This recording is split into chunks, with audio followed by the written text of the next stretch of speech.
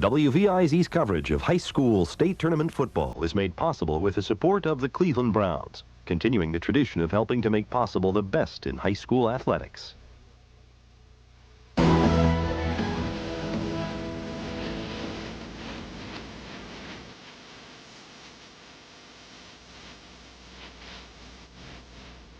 WVIZ Sports continues along the tournament trail.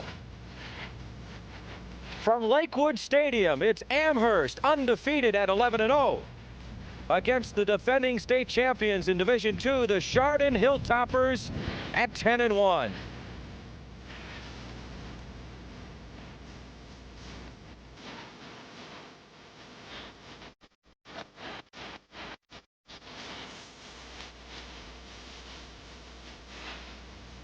Hi everybody, and welcome to another night of great high school football. I'm Nanook, and this is Nanook Jr. John Tellich along with Matt Underwood. It's a beautiful night for football, just a bit on the wintry side, Matthew. Absolutely, and this plays right into the hands of the Chardon Hilltoppers, at least I believe so. A team that loves to run the football. 87% of their offensive plays this year designed to run the ball.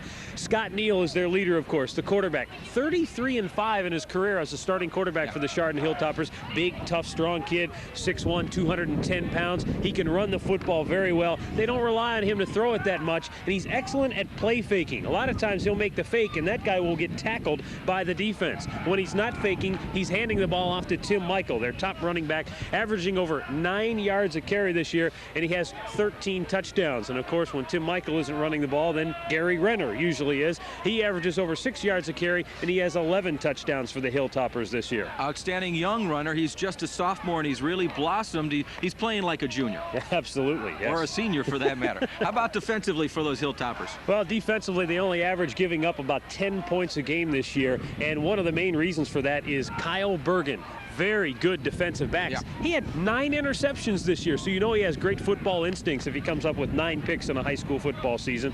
Also, check out number 20, Scott Platts, outside linebacker, very aggressive, and he blitzes really well because he can disguise it, and the next thing you know, he's in the backfield chasing the quarterback down from behind. And the quarterback that he's going to be chasing is an outstanding one, perhaps, according to a lot of the experts in the area, as good a prospect as you're going to see going on to college to play at that position. Ricky Schneider from Amherst, outstanding QB. Yeah, he's about 6'3", 210 pounds, good arm. He's an excellent runner when he has to, but this guy's bread and butter is throwing the football. Over 62% of his passes were completed this year, over 1,600 yards, 16 touchdowns. I mean, he's just a heck of a good quarterback, and his #1 target is Jeremy Ducho, number 21. This guy's a great receiver, not blazing speed, but he catches the ball and yards after the catch. Pay attention to that tonight, especially on a slick track like this. He might make some catches, make just a subtle gesture, a little head and shoulder fake, and a guy may be sprawling on the ground.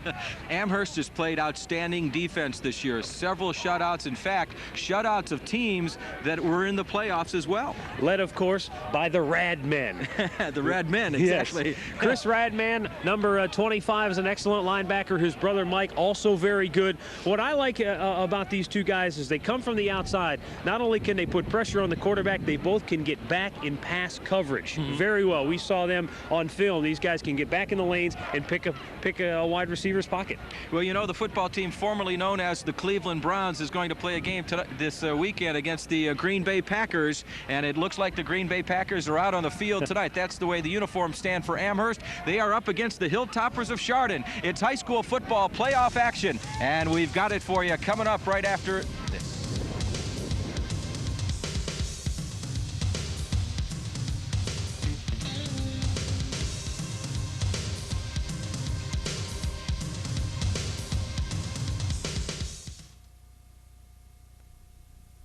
Welcome back. Stadium all set for Division II playoff action, and we are set to get underway. And aside from the fact that it's snowing, I have the incredible urge to go out and rent It's a Wonderful Life, starring Jimmy Stewart, but we'll get into that later. Look at this. Look at this scene. There's Tim Michael, 35, all set to receive the kickoff, and he does. At what yard line, we are not quite certain, but he's got a lane, and he continues up the field right around the 30-yard line. as we continue to try to sort things out here. Among those on the tackle, Anderson. Here's your offense for the Chardon Hilltoppers. Neal, Renner, Michael, Conroy, and Montgomery. A very outstanding outfit there. And your offensive line, consider those Conroy brothers, the two guards on the team. They move people all around. See what they can do against the defense of Amherst that's been outstanding so far this year. Amherst's defensive unit has given up just 7 first-half points all season long.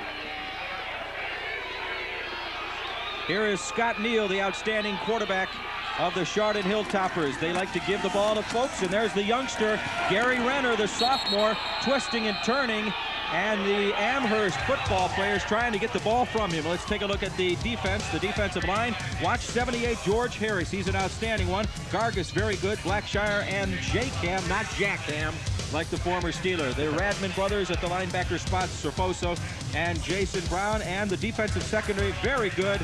Ducho is an outstanding two-way performer. Mazza has 6 interceptions so far this season.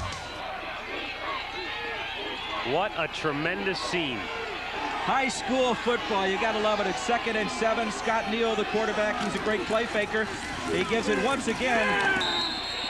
It looked like to 25, the youngster, Gary Renner, the sophomore running back. Renner coming into the game, getting a personal and Chardon playoff record, 189 yards last week in their victory, their very big victory against Painesville Riverside. There's the scene here at Lakewood Stadium. It started to really snow mad at about 5:45 p.m. Kind of reminds me of that great NFL Films line narrated by John Facenda, in which he said, the legends of football played until hell froze over, and then they played on the ice. And tonight is the night. It is 3rd and 7. Renner's carry the ball both times, and there's an arsenal in the backfield for Scott Neal, who's slipping and sliding, but still on his feet. Enough for the first down. Possibly we'll have to check the yard markers as he gets upfield. Looks like he does not have enough, as he's brought down there by an outstanding defensive unit of the Amherst Comets, and they will, of course, turn the situation over to the punter, and Amherst will be able to hold them here on 3 downs. This could be an adventure all night long, the punting game. Absolutely. And Renner is indeed the punter, so 2 carries, and then now he's marking his spot as he gets set for the snap in order to punt it away. It continues to snow here at Lakewood. Low punt, the wind doing the job on it. That's Jeremy Ducho. He fumbles the ball. Will it go out of bounds? Apparently it does, as he is covered there on the sidelines. But Ducho, the outstanding receiver, having a difficult time hanging on to the football. They are on the 47-yard line. Let's take a look at the offense for Steele. Ricky Schneider, outstanding QB. Williams has run for a ton. Slat's a good one. And Ducho is a great receiver. Adam Anderson as well, very good in that regard. There's a very big offensive line for Amherst as they get the ball on the 47-yard line. It's 1st and 10. Schneider's going to give it to Williams, Steve Williams, and he's roped and he's grabbed and he's tussled. And he falls forward for several yards as the Hilltoppers try to do the job defensively against him. Here's a look at the defensive line. Dave Pruce should be named Spruce. He's like a giant spruce tree. Big kid, 6'8". Steve Taylor, very tough nose guard. And then you have Landis and Rick Conroy, one of the Conroy brothers. There's your linebacking core. Platz is an outstanding player at number 20. And Bergen has 9 interceptions so far this year. We'll see what he does tonight, see if they even try to put the ball up in the air. Ricky Schneider with the ball, little option, and he is knocked down in the backfield there. Good play by Nick Goshi, the 5'9", 190-pound junior linebacker for the Chardon Hilltoppers. Good job by forcing the issue. Get right up in the quarterback's face. He's got to try to tuck it. And again, the option's going to be the option's almost like a passing play, and that you've got to, complete that short pitch. And under these conditions, that is going to be very interesting to see how that works out tonight. Ricky Schneider, and we have a whistle. The Chardon kids celebrating, they're probably detecting some movement. Have a dead ball. False start, which offense. They did detect correctly, Matt. So it's going to penalize the Amherst Comets, who coming into tonight have scored 394 points on the year. Offensively, they are just an outstanding offensive unit. Let's take a look at the officials, Matt. As you can see, Shelton is the main man, and the rest of the crew really up against the elements tonight here at Lakewood Stadium. The Comets are a first-half team. 295 of their total points have been in the first half. Most of that's because they've had such big leads that a lot of the starters were pulled in the second half throughout the season. Ricky Schneider, play fake, being pressured, throws over the middle, and it's incomplete. Nearly intercepted. There on the coverage was Scott Platts, and you're so right earlier in the broadcast saying what a good job he does in getting deep in his drops and doing the job against the pass. Good all-around linebacker. He can blitz, come up the middle. Here's a nice blitz by Mike Pennell, the middle linebacker for Chardon. So Ricky Schneider, I've got a feeling we're going to see Schneider and Renner very busy tonight in terms of punting the ball away. Gets the snap, has time to get it underway, and it is heading towards the Hilltoppers. That is Montgomery, number 32, with the return. A good piece of open field tackling. 22-yard line right now is where they're going to take over offensively for the Chardon Hilltoppers. Very difficult. Takes about 3 steps just to get going. And wow, Mike Radman loses his hat on the play. Some of the nice crowd here at Lakewood Stadium braving the elements to enjoy high school football at its best, and they take over on the 22-yard line, give straight ahead to Gary Renner. He finds all kinds of people up there. Jason Brown, also on the tackle, Nick Cervozo coming into this football contest. The second leading tackler, there he was, number 85, the second leading tackler for the Amherst Comets. 57 unassisted tackles and 4 tackles for losses behind the line of scrimmage. There he is right there. He is a 6'1", 200-pounder, Nick Cervozo, among the outstanding defensive players for the Comets of Amherst. We're about midway through the first quarter, no score. Scott Neal still with the ball on the option. Got open field. We'll tell you where he is in a second. Ducho's giving him chase. Dragged down around the 30-yard line. Scott Neal, the co-MVP in the Northeast Lakes District, along with Ricky Schneider, the co-offensive MVPs, and he's showing his true grit right there.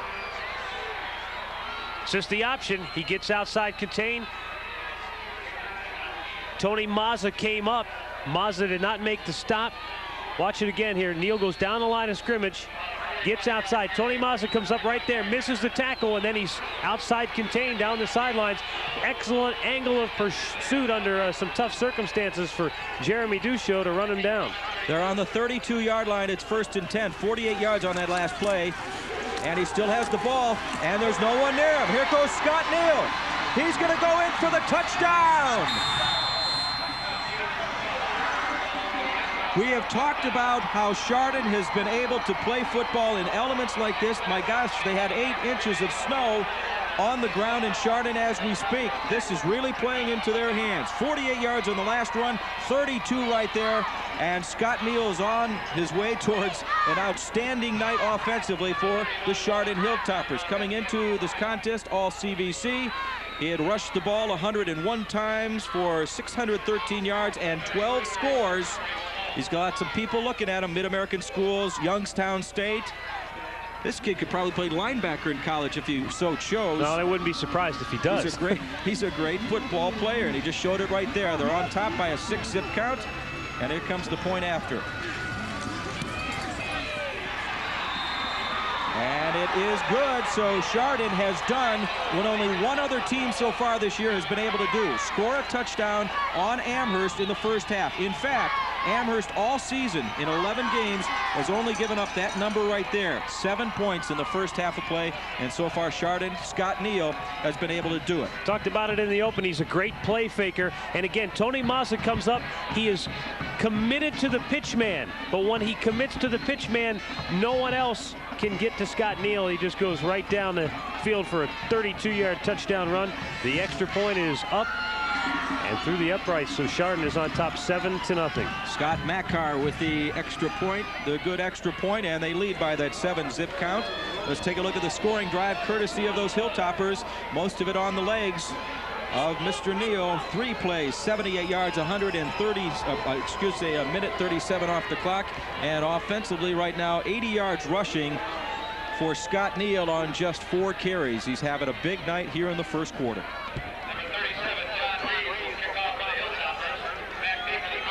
With an athlete like Scott Neal, a guy who can run that well, you just cannot let him get outside in terms of containment. They're going to have to sort of rethink the defensive schematics of stopping that option play right now, because if you're going to commit Mazza and basically have him just pay attention with the pitch man, then you've got to have somebody stay outside and make Scott Neal either turn it up quicker, because when he gets around the end, then it's just a foot race. And you know, and under in this situation with the field the way it is, it's going to be tough for anybody to run him down.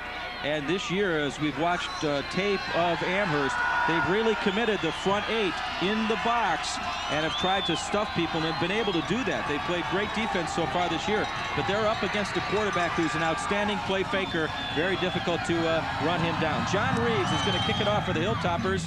Comes towards the near sideline and out of bounds.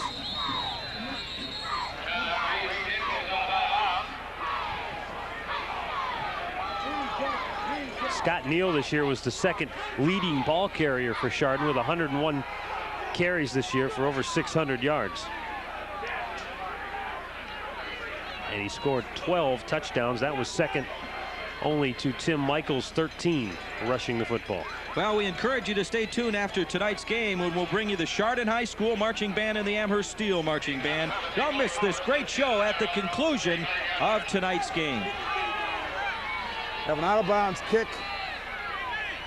You're getting the explanation right there. Absolutely. Out-of-bounds kick, and there will take the ball over as we continue to look along here at about the 35-yard line. Exactly on the 35.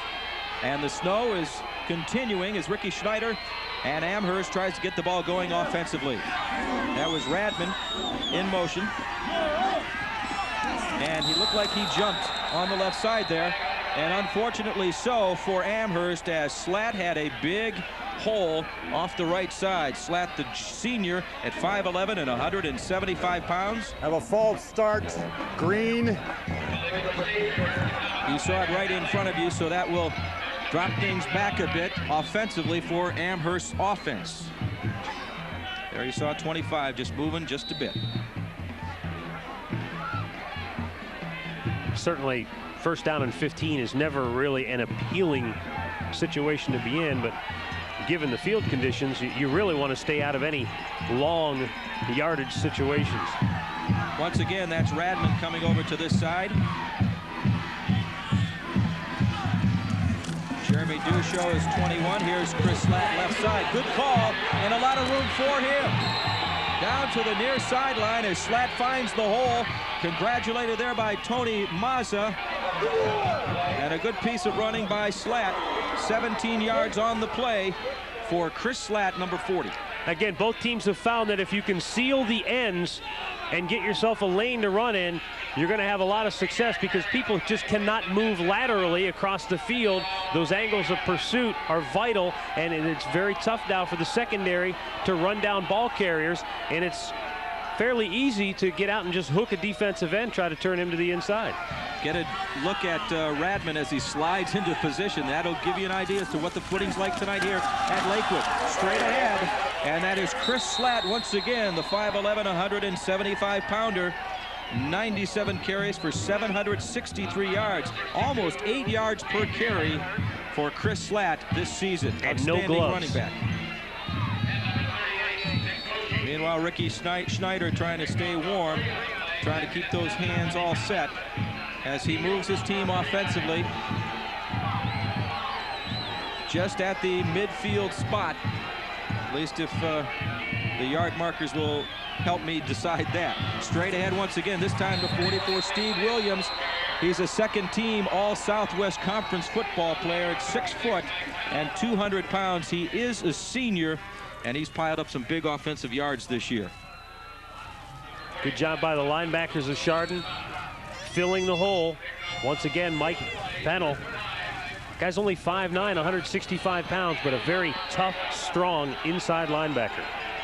And he is a senior. Ricky Schneider, 3rd and 5. Jeremy Dusho, he's in motion. He's number 21 on your screen there. Schneider still keeping and having trouble moving. They caught up to him rather quickly there and rode him down to the ground. Todd Goodwin's going to be all over the football field. He does the job there. He's an all Chagrin Valley Conference selection, 6'0" and 183 pounds. Watch 45 come into your screen, and just Ricky's having a difficult time going anywhere, and he grabs him and wrestles him back down to the turf with the help of Rick Conroy. Boy, and this is a situation where AstroTurf makes it doubly tough, because it just becomes like it's almost like a sheet of ice out there. At least if you're on grass and you're wearing long cleats or spikes, you can dig into the turf, the grass, and get some footing. But under these conditions, really, it's like playing football on an ice rink. Looks like they're inside the 10-yard line if we can get our yard markers figured out, and apparently not. They're on the 12. They're on the 12-yard line.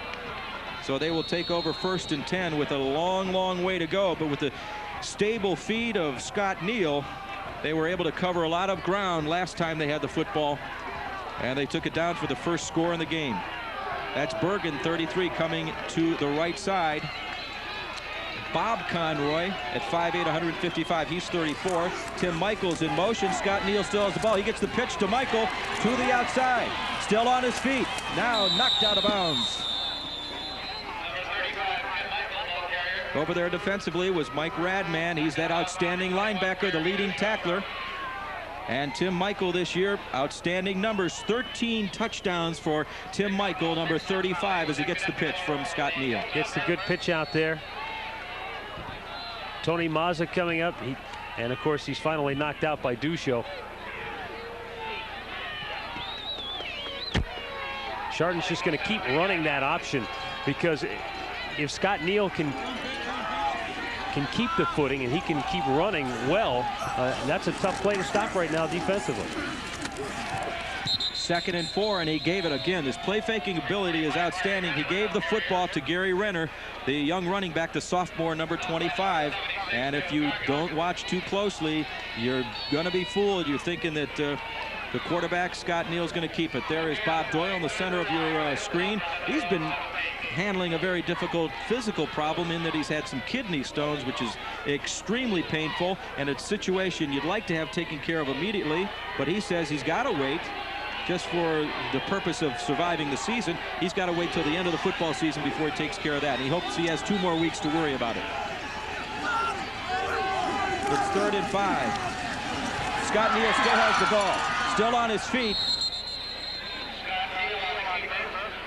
but does not look like he has enough for the first down. We'll take a look as they check the situation. It's going to be 4th and very, very close, or they may even come out and measure. But he has been one guy on this field so far tonight that has some stable footing, if that's at all possible, Matt. Now, what they try to do from the option standpoint is Neal will run it. He'll run it wide. He'll pitch it. He might keep it, but he'll keep running it. And what they try to do is get those linebackers inside to start flying out to try and pursue, and then bang. Then they'll hit the fullback up the middle, and he could get big yardage. That's what they hope to do with that play. All right, the punt by Gary Renner. The wind held it up, and Jeremy Dusho with the fair catch right there. And Amherst is going to get underway offensively one more time to see if they can get some of the offense moving here. They trail by that 7-0 count, and there's 2:27 to go here in the first quarter of play. Well, they'll have excellent field position right now, starting at about the Chardon 37-yard line.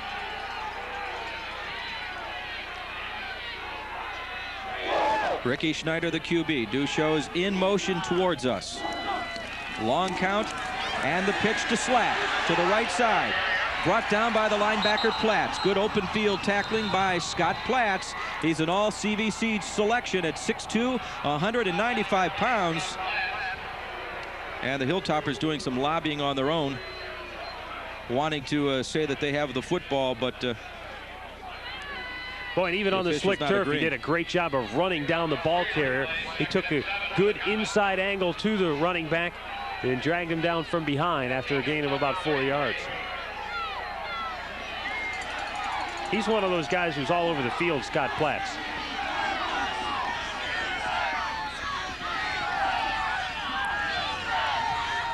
Second and 7. Schneider again, the handoff to the right side to Slat, and Slat meets a wall of Hilltoppers. On the bottom of it, Ian Landis. He is a second-team all-conference selection at 5'8", 204 pounds. He is a senior. You got to look at the play sheet right there of Amherst head coach Jeff Risen, and I'll guarantee you there are no plays on that sheet to deal with the field conditions that the players are trying to overcome right now. 3rd and 4. Schneider with the ball, looking deep over the right side, caught by Ducho and dragged down by Kyle Bergen. But the ball down on the ground, and Amherst with a bit of life here as they wait, and a little sidearm sling there to Jeremy Ducho. Tackle there by Montgomery, rather, and it does look like the ball was knocked loose before he went to the ground, but fallen on it, and they continue with the drive at 1st and 10. Amherst with some life now. The give to Williams, straight ahead. And once again, Platts was there defensively as the clock is winding down towards the end of the first quarter. The Chardon Hilltoppers and head coach Bob Doyle has done a great job over the years. He's been there many a season out in Geauga County. His teams have played in weather like this on many an occasion as well, so they feel at home, but right now they're feeling the pressure of the offense of Schneider. Who's going to keep it? Will he pitch? Yes, he does. To Slat, around to the right side, and knocked down there by Chad Weinsick. He's a 5'8", 150-pounder. He is a senior. Good open field tackling there, and that looks like it will do it for the first quarter of play. It's been a great one. The elements have been a bit on the difficult side, but the kids continue to play hard. And at the end of the first quarter here on Channel 25, it's Chardon 7 and Amherst Steele's Comets 0. Back in a bit.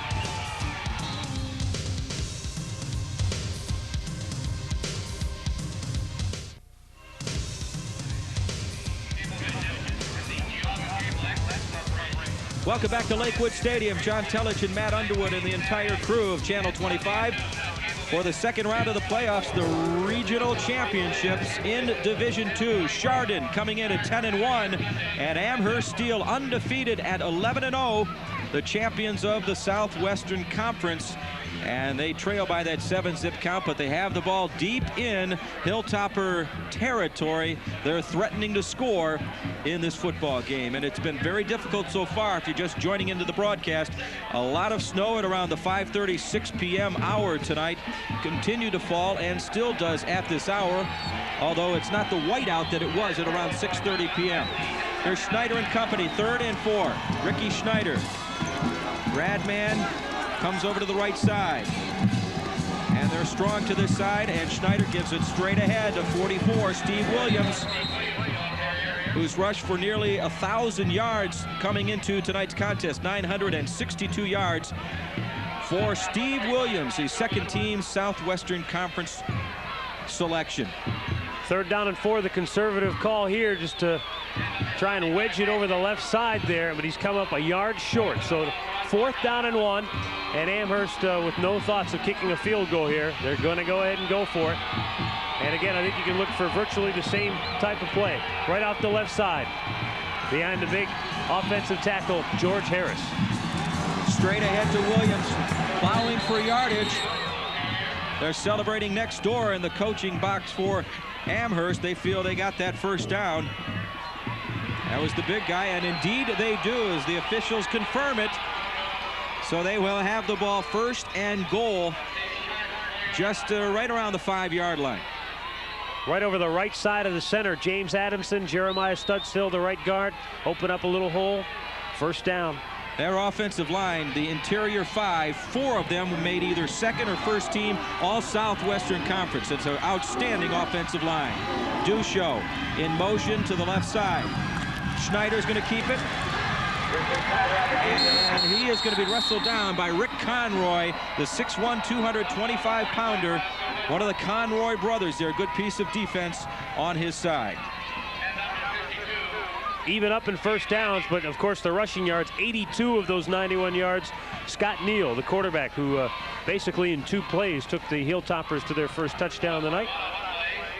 Amherst has completed 1 of 2 passing attempts, and I think if they pick their spots, they will be able to throw the ball tonight, because Jeremy Duchot is a clever receiver. He knows not to overrun and fall down. I think he'll be able to get open. Ricky Schneider looking, getting pressured, throws it up for grabs, incomplete. Slat out there in the flat, and good coverage by Todd Goodwin. He's an all-CBC selection on the defensive side. Great pressure, Matt, and nearly picked off as Schneider threw it up for grabs. See Pennell coming right up the middle. Excellent pressure on the quarterback. Made him throw it really before he wanted to. And so now it's 3rd down and goal at the 6-yard line for Amherst.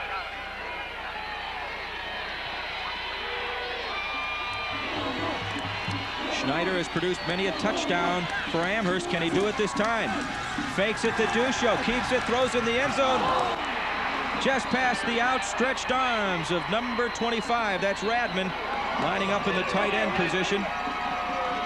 Radman at 5'11", 170 pounds. That is Mike, one of the 2 Radman brothers. Outstanding linebacking individuals, and versatile on the offensive side as well. Just missing connections.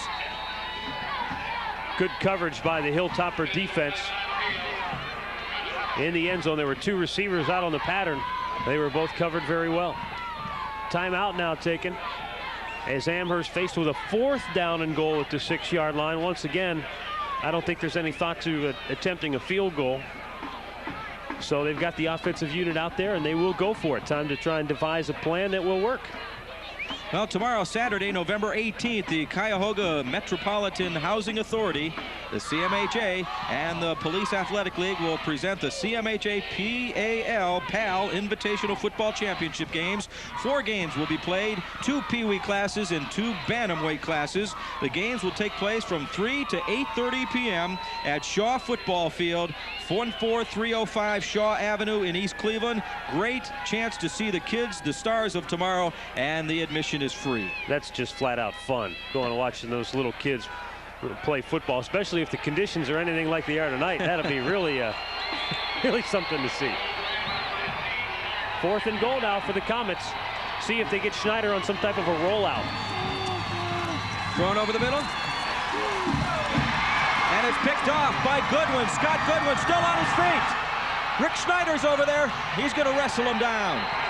Big defensive stand for Chardon's Hilltoppers as Todd Goodwin, the 6-footer at 183 pounds, does the job. Well, he just floated it there, Matt. Once again, pressure screws up the play right up the middle. Pennell is there, and Schneider pump faked, pulled it down. See, he wants to throw it now, but the pressure makes him have to pull it down and throw it again, and he throws it right to Goodwin. Good interception. And an excellent job of keeping his feet, and then coming up with some big yardage, because now rather than having the ball with their backs right up against the end zone, they've got pretty decent field position. That they do at the 25, 1st and 10 for the Hilltoppers. Here's Tim Michaels. Cutting right. Good block downfield. He's going to go all the way. Can he be caught by Radman? He's caught on about the 9 or 6 yard lines. Very difficult to see.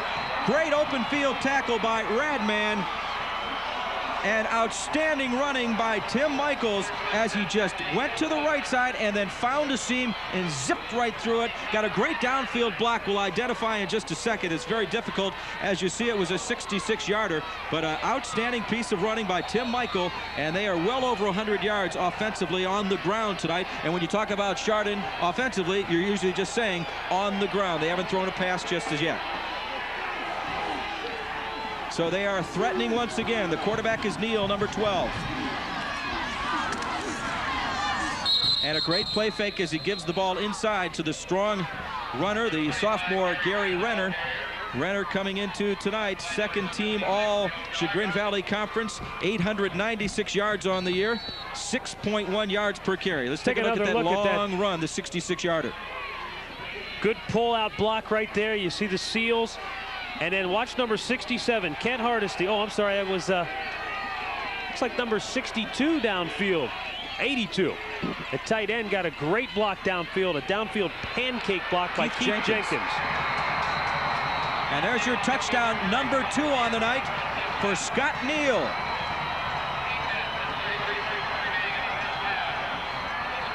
So the Hilltoppers very much in command.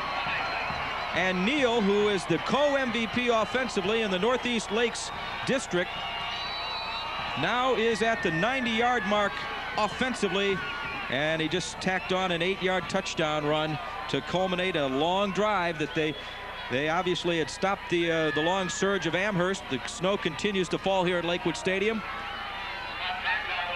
And Matt Carr is going to try for the second PAT of the night. They lead 13-zip. The holder is Montgomery.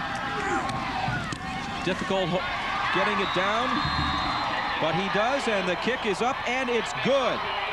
So Chardon stunning Amherst as of this moment.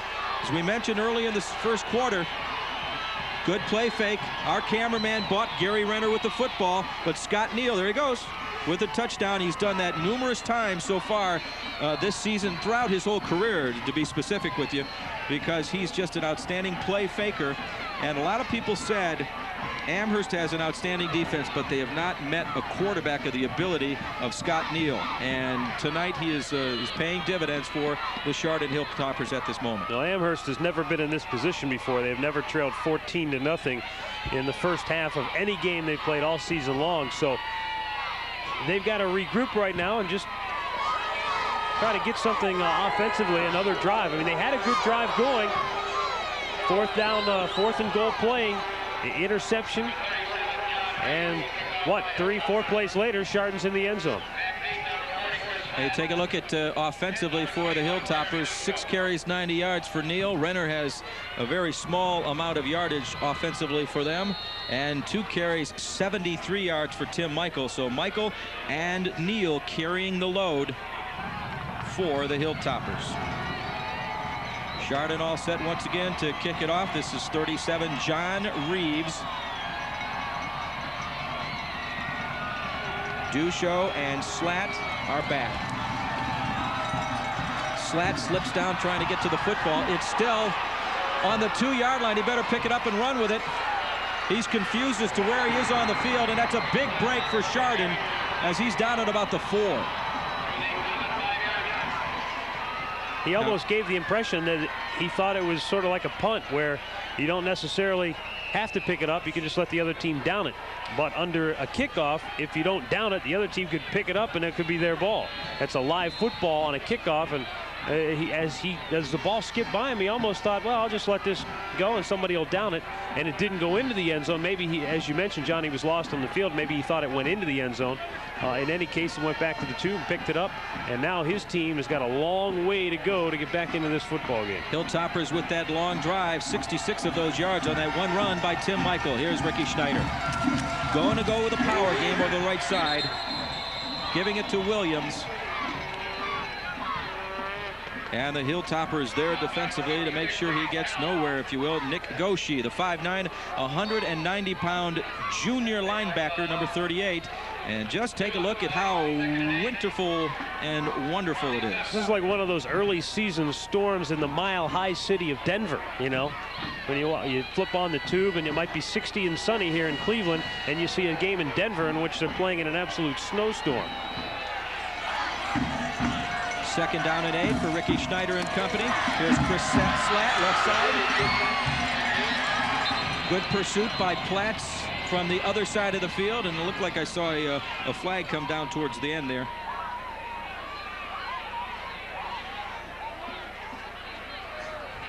Good piece of blocking here to seal people off. Steve Williams does an excellent job of kicking out Kyle Bergen, opens up the hole. Face mask at the very end of the play right there, number 20. Scott Platts is the guilty party, so that tacks on 15 more yards. Chardon leading 14-0 with 7:20 to go here, second quarter. Some of the faithful on hand, some of the fans of the Comets.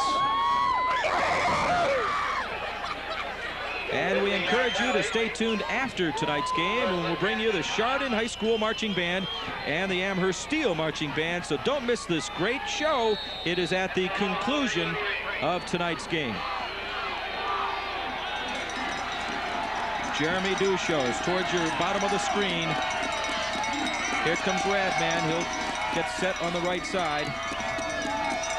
Williams and Slatt behind the quarterback Schneider, who's going to give it on the left side. And great blocking, by the way, on the left side. 78 George Harris. That was Slatt, the ball carrier. Platts came up with the tackle. Boy, Platts has just been all over the football field tonight. This is one of those situations where it's hard for the offensive lineman to fire out because you're trying to get your feet under you first and then fire out and get the blocks. It's hard for the defensive linemen and the linebackers to pursue down the line. Williams, the ball carrier, left side. And Platts, once again, there defensively, along with Todd Goodwin, 45 for the Hilltoppers. And this is an outstanding offensive line that Amherst has. Look at the size that they have. Soy is 275. Harris, 255. The center is 185, but real tough. He's skinny. 2 1/4 for this. Get him off the line. No, just kidding. Stud's still at 2 1/4, and then Ramsey is 270. Huge offensive line for those kids that look like the Green Bay Packers with their uniforms. It's 3rd and 5.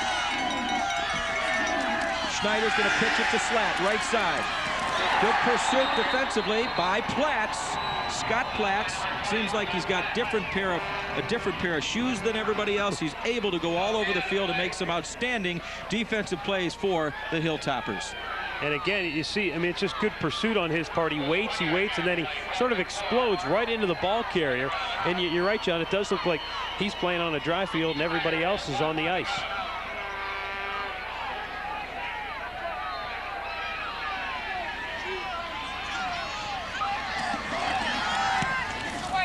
Punt is underway.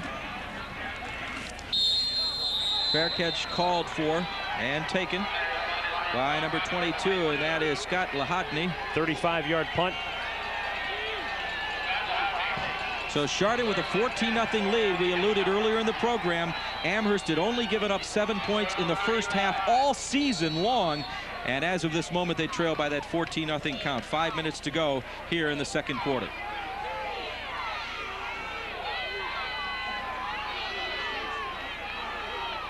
And of course, next weekend, outstanding high school football in Division I style. Let's get back to live action here. We'll tell you some more after the next play.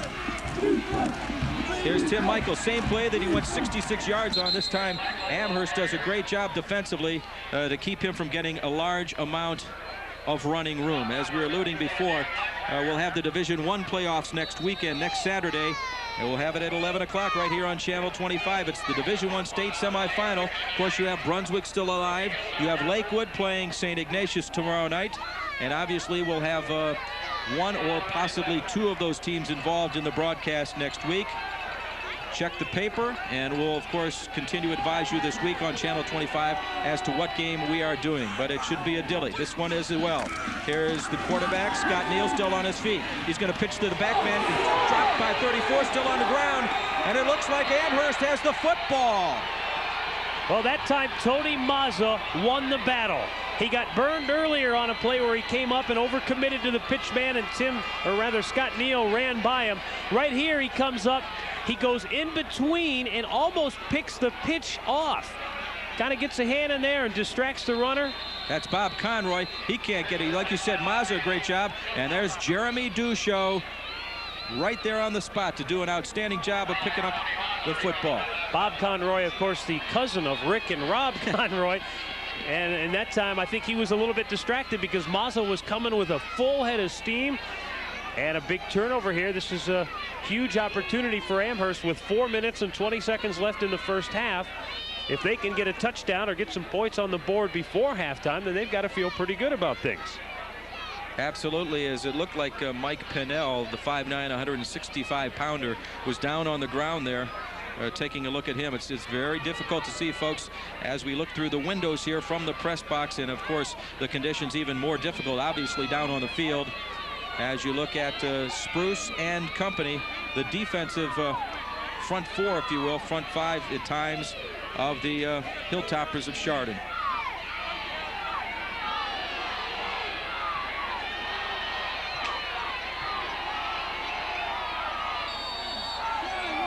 First and 10 for Ricky Schneider and Amherst. They're on the 34-yard line, and Schneider wants to throw.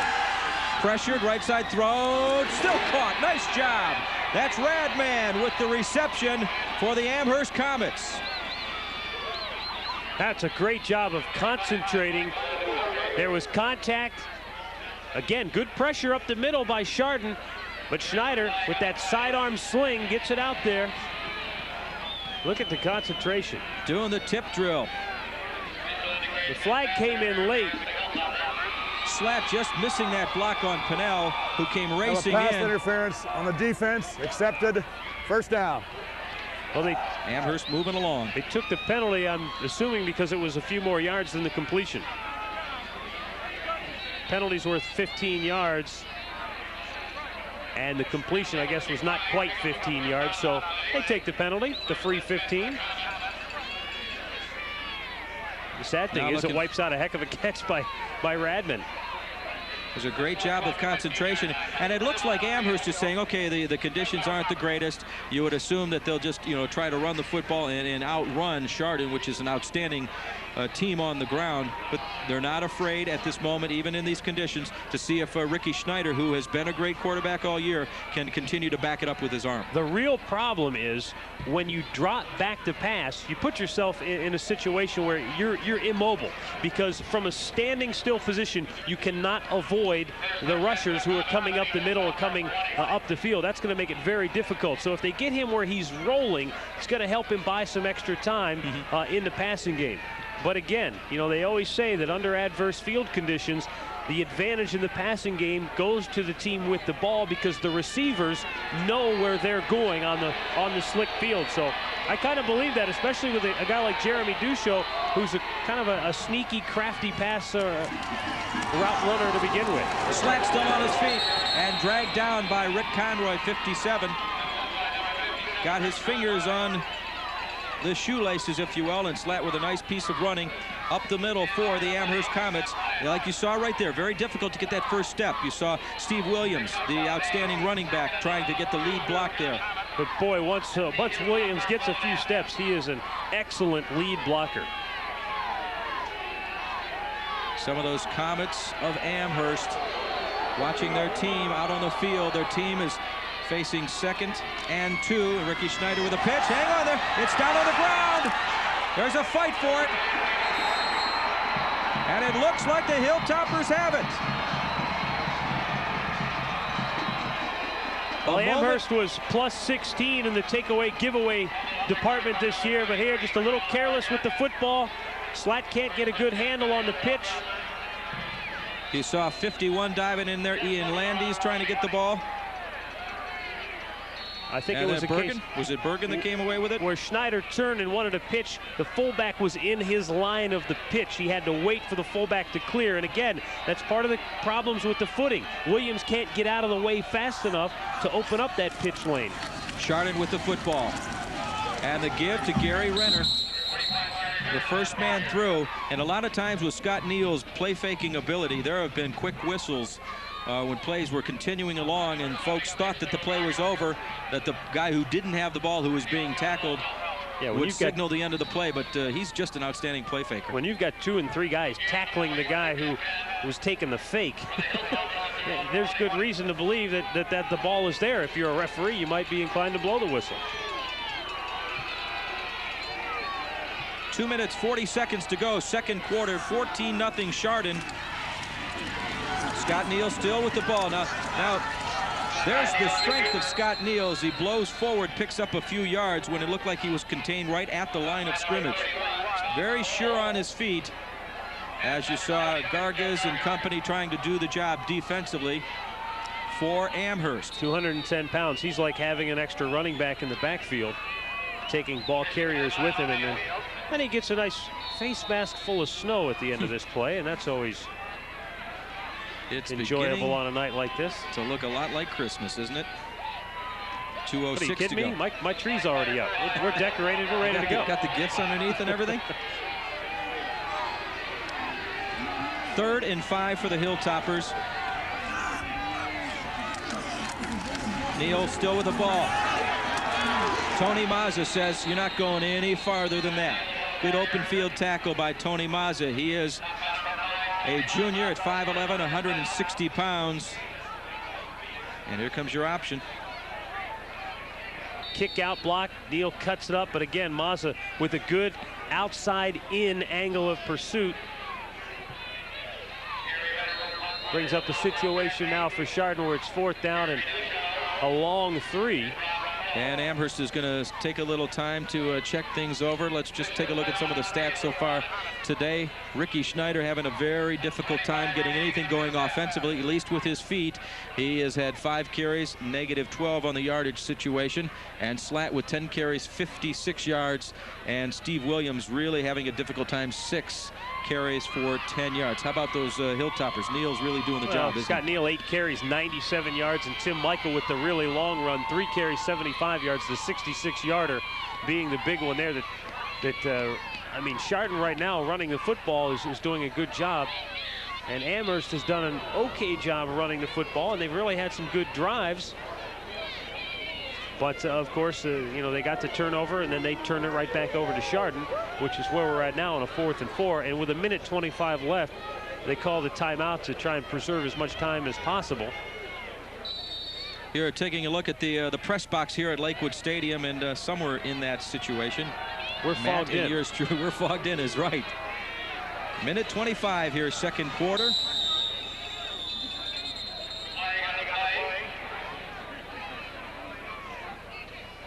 And the officials getting going. Chardon, by the way, as we get the call here. So Chardon's going to operate 5 more yards back further than they were. Chardon came into this game with 3,683 total yards. Most of them obviously via the ground. 3,097 yards rushing. That's incredible. Yeah, I mean, when you consider that as a team, the Hilltoppers averaged 7 yards a carry. He gets the punt off after the bobble. Dusho trying to get his feet. And Scott Platts forces the fumble. It goes out of bounds. It's still Amherst football. With 1:15 to go, Amherst with the opportunity. Amherst with the opportunity right now with a 1:15 to go to put something on the board.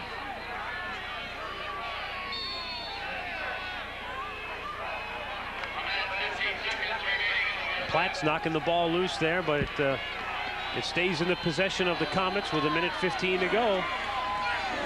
Good field position. That was Sproul on the return, not Dusho. Credit for the catch, Jeremy.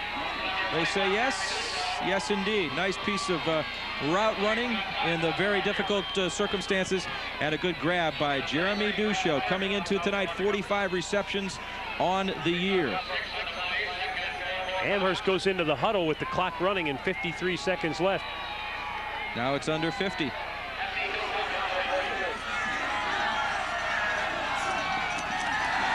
Drop, 3-step drop, throws to the outside, and as you saw, Anderson trying to make his cut to the outside, simply had no ground in which to cut on. See, normally in the 2-minute offense, you want to try and throw those out routes, those out patterns, get to the sidelines, stop the clock. But under these conditions, you just can't do it. I mean, the receiver, first of all, can't plant with that inside leg and drive to the sideline. It takes him about 4 or 5 steps to make that turn. I think they've just got to try to press it up the field, try to get to the end zone.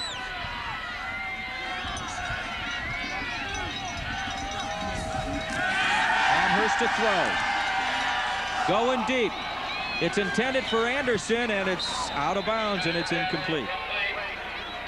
And the coverage out of there by Weinsick. The trouble with that, trying to throw it to the end zone, is that he's throwing into a gale force wind, complete with a snow flurry.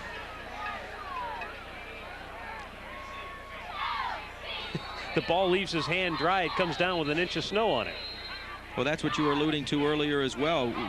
You're the quarterback. You're just not sure that the receiver is going to be at the spot that you think he's going to be because of these conditions. You have such a great sense of timing with your receivers. You normally know after 3 or 4 steps how far downfield that receiver is. But, you know, tonight, all that's out the window. Another timeout here, 34 seconds left. Amherst with a 4th down situation. Amherst coming into tonight 342 total yards per contest. This is an offensive machine. 394 points per contest, not per contest, for the whole season, obviously. And in head coach's 3 years, they're 22-8 overall as a head coach. Jeff has just done an outstanding job. 103, 38, and 2. And Bob Doyle as well doing a great job at Chardon, running his football team, defending state champions in Division II.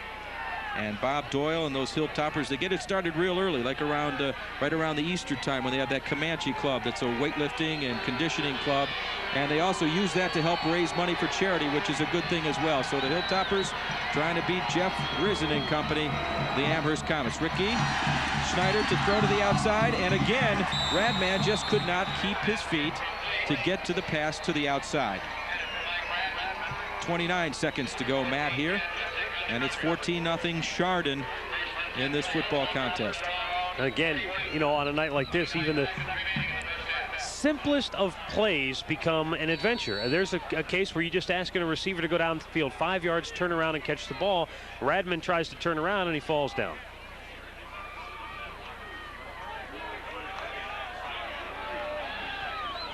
And of course, as a quarterback, you can't wait long enough for him to turn around. You have to throw it before the defender is making a break on the ball, so that's where it really becomes difficult.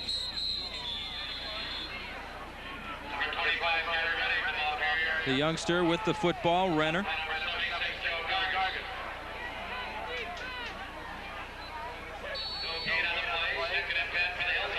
Clock is continuing to tick down. As you see, it's under 10 seconds. And it looks like Chardon won't make the effort to get in another play here and be content to have the lead at halftime here at Lakewood Stadium. And that's the situation. At the end of the first half, the score here in Lakewood is Chardon, the defending state champs in Division II, 14, Amherst Steele, nothing. As the bands prepare to take the field, we're going to take a short break. When we return, we'll bring you the third quarter action. However, you won't miss a minute of this great high school band show, which we'll present at the conclusion of tonight's game. We'll be back with the second half right after this.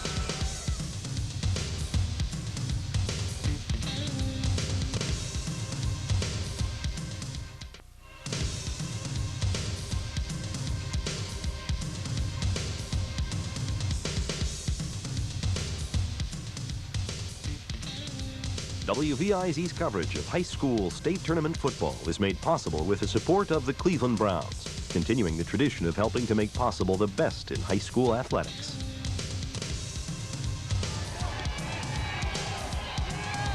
Welcome back to Lakewood Stadium, everybody. John Telich and Matt Underwood, and the shovel has been one of the primary weapons of this Friday night here as the state playoffs are in round 2. This is the regional championship game between Ricky Schneider, number 12 of the Amherst Steele Comets, and of course the number 12 counterpart, if you will, and that is Scott Neal of the Hilltoppers of Chardon. Chardon, the defending state champions in Division II. And in the first half so far, Chardon's really been able to move the football, haven't they, Matt? Yeah, and I think this goes way back to August when Chardon head coach Bob Doyle was asked about the fact that you're the defending state champions. He said, no, defending is a passive mode. We're not defending anything. We're attacking a new championship. And they came out tonight attacking the running game. My goodness, 175 rushing yards in the first half, 54 for Amherst Steele, 20 yards through the air. Been a tough night for Ricky Schneider trying to get anything going with the passing game just because the footing is horrendous for the receivers. Couple of turnovers. Penalties not really a big factor. Time of possession on the side of Amherst Steele, but the big plays have come for Chardon. Their 2 touchdown drives. 2 and 4. 2 and 4 they scored, and big plays were a part of both of them. Scott Neal had a long run in the first touchdown drive, and of course the second touchdown drive, Tim Michael ripped off the 66-yarder. Amherst had those 2 drives deep into Hilltopper territory. One negated or ended via interception courtesy of Todd Goodwin, and the other one was a fumble when Chris Slatt just where's the football, couldn't hang on to the football, down on the ground, and the Hilltoppers recovered it. 37 is John Reeves. He's going to kick it off for the Hilltoppers. Catch picked up by Jeremy Dushaw. Picked up number 21, Jeremy Dushaw.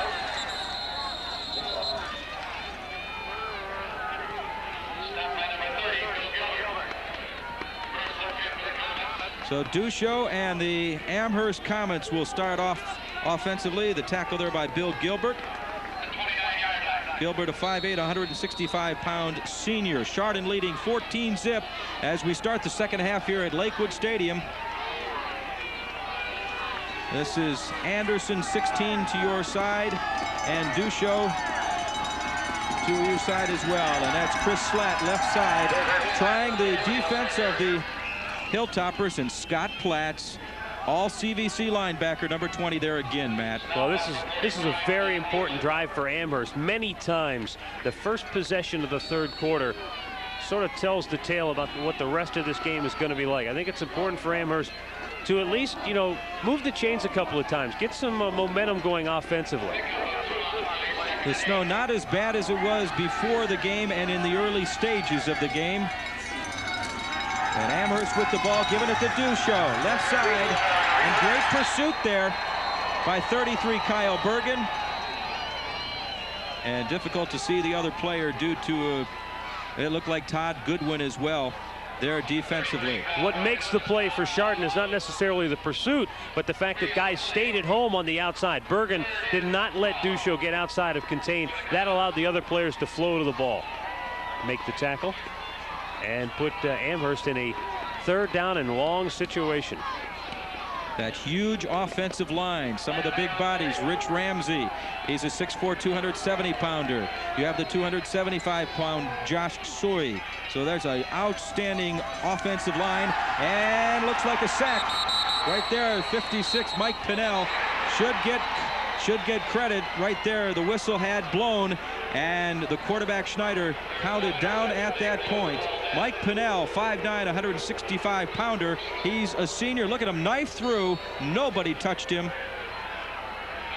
Sort of like a referee in a technical knockout situation. He counted the man out, but the crowd wanted to see the kill, and in this case he threw an interception that was negated because of the quick whistle. So Ricky Schneider going to kick it away. Great field position for the Hilltoppers. Their return men are on the 45-yard line. This may not even make it to midfield. Picked up on the run by 32 Montgomery, wrestled down by Radman to the far sideline, and the Hilltoppers will take over that very difficult drive. They see a face mask, I believe, call there as well towards the end, Matt. You alluded to that drive for Amherst, very critical one for them, and they're going to kick it away. They kicked it away to the Hilltoppers, and Chardon will take over. First of all, they get excellent field position. Now let's see, yeah, the face mask here. So after the penalty, John, the punt nets, I believe, no yards. I believe they're going to get the ball at the original line of scrimmage. Actually, it's going to met -5 yards. Face mask, defense, first down. So I think after the penalty, it's a 4-yard punt. Ouch. That hurts. So here come the Hilltoppers. Scored 370 points this year. Starting on the 25-yard line of Amherst. Scott Neal with a convention behind him. Scott Neal, good play faker, gives it to Tim Michael. A lot of people bought Gary Renner with the football. That's the great play-faking ability of Scott Neal.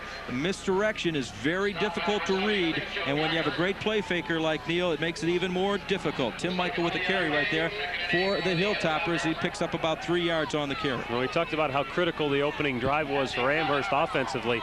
Now defensively, their backs are to the wall. Don't want to give up any more points to Chardon in this situation. They need to definitely try and hold. Getting a turnover would be ideal for the Comets at this point. Neal's going to throw. How about this, folks? And he's going to throw deep and incomplete as his man slips down in the secondary. Wide open was Kyle Bergen. Yeah, that's a shame because that was such a great play fake that Kyle Bergen was downfield all by his lonesome. Watch the great play fake. The linebackers are standing still, flat-footed. Neal gets good footing, but the ball just dies on him. And Bergen was all by himself at the goal line, just waiting on it. And even when Big George Harris was coming towards the quarterback, he found two people in his way. The first pass of the night for Chardon. They may not throw another one the rest of the evening. Just continue to run the football. 3rd and 8 for Neal. Neal still with the ball. Will he pitch back? Yes, he does.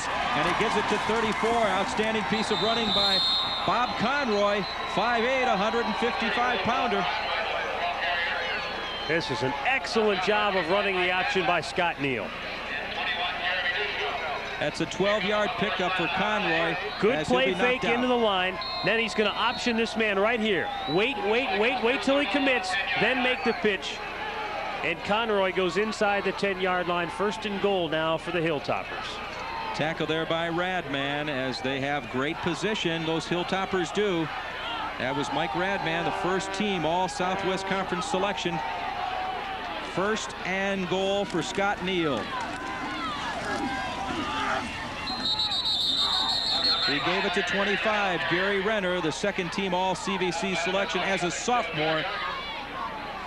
Very good cutback runner, very durable at 5'10", 210 pounds.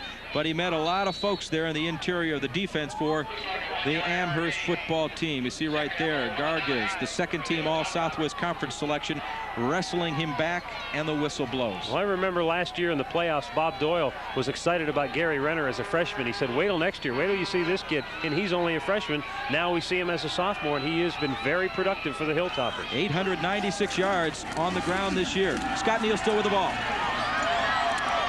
Good open field tackle by Sproul. Nice job by Robert Sproul, the 6'2", 180-pound senior, to tackle Scott Neal in the open field. Nice piece of defense. Once again, on the option, this time he keeps it. And he almost gets by Sproul, but a nice job, as you mentioned, to make the tackle, ultimately knocking him down to the snowy turf. Kicking him outside there was Jake Ham, the senior, at 5'11" and 205 pounds. Scott Neal just knocked it on that 100-yard door right there. A great night for him. But he's been running this football team since his sophomore season. Tim Michael, what a great play.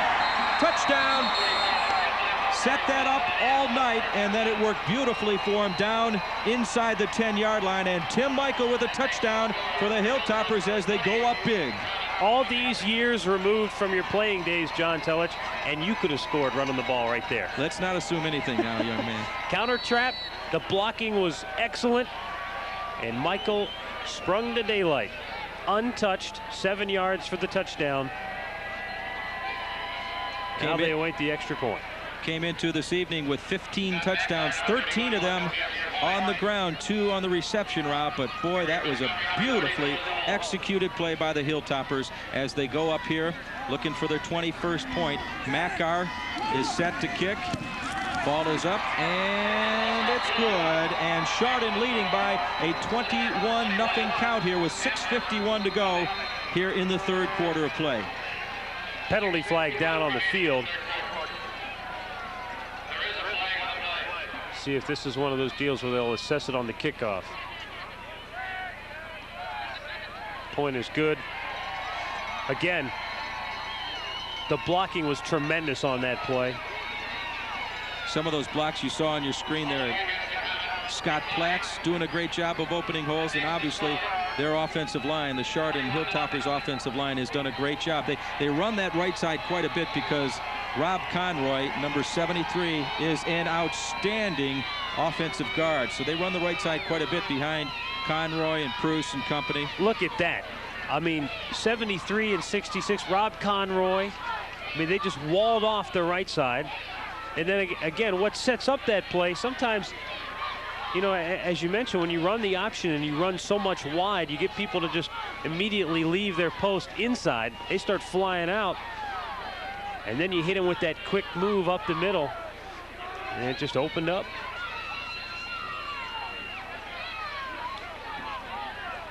So Jeremy Dusho is deep. The penalty was on the Comets, Slack. and so Chardon will actually get to kick off from midfield. Here's the situation for the Hilltoppers on that scoring drive. They took over on the 40 and went 6 plays. Took them almost 3 minutes there, and they increased the lead to 21-0 here, 3rd quarter with 6:51 to go. John Reeves trying to make a place here on the somewhat frozen, obviously snow-covered field at Lakewood Stadium, and a pretty good crowd on hand here tonight considering the elements. A lot of fans came out and still supporting both teams. And you alluded earlier in the third quarter, it was a very crucial drive for Amherst when they got the ball to start the second half.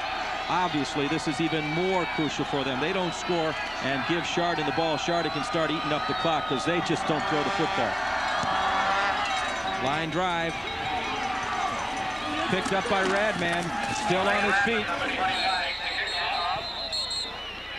Getting close to about the 35-yard line. We'll get the exact interpretation here from Kent Geist, our guru of the stats tonight up here at Lakewood. 34-yard line is the official, according to Kent Geist. Good hard running by Radman.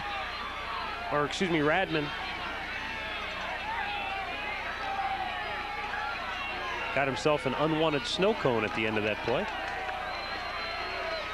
This is their first playoff appearance since 1992. Last week they had their first win ever against Madison. Now they're going to try to do it through the ground here to give the ball to Steve Williams. Of course, 1992 was the year before Jeff Risen came to Amherst as the head coach, and that year they were knocked out by Elyria West in the playoffs. And Elyria West had a great run that year as well. Just a super job done by the E-West football team. Rick Conroy in on the tackle there. See big 75 is Dave Pruce at 6'8", 265 pounds.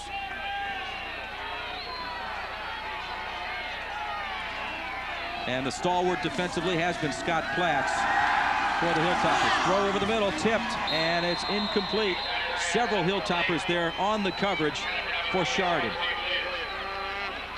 They get back into their coverage very nicely. Schneider now 2 of 9 for 20 yards, and he's had one of his passes picked off, and that was a costly one because it was down near the goal line as they were knocking on the door. Good pressure up the middle again. Makes it very tough to throw the football when you've got pressure in your face and you're trying to throw it downfield. Look at the guard trying to get his footing there before the play. Schneider's going to throw. A little bit of pressure. Throws it deep over the middle. And it's caught by Slatt. He could go all the way. He's got the score for Amherst.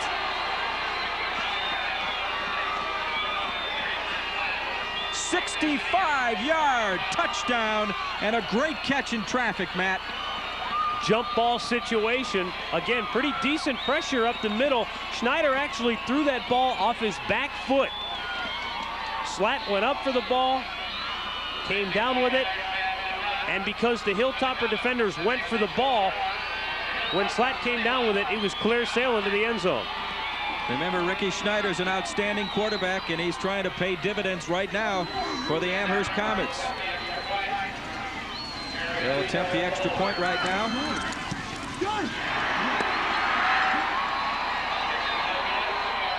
No good. 21-6, Chardon. Let's take a look at this touchdown. Good pressure coming inside by one of the Conroys, but a great catch there, Matt. Yes, indeed, and a job again. Schneider throwing really off of his back foot there. That just gives you an idea of the kind of arm strength he has. And for Chardon, it was number 35, Tim Michael, who went for the interception, or at least to try and knock the ball down. And by doing that, when Slatt caught the ball, he turned around and there was no one there to stop him. Still a lot of time left here. It's 21-6, 5:29 to go, third quarter. You're watching high school football. It's the tournament.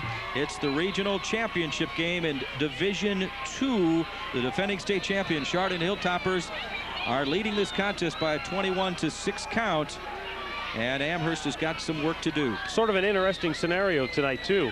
You've got Amherst, the Southwestern Conference champion, taking on Chardon, who was the runner-up in the CVC. Kenston, and then won in that Division title. III, you've got Kenston, the CVC champion, playing the Avon. Southwestern Conference runner-up, Avon Lake.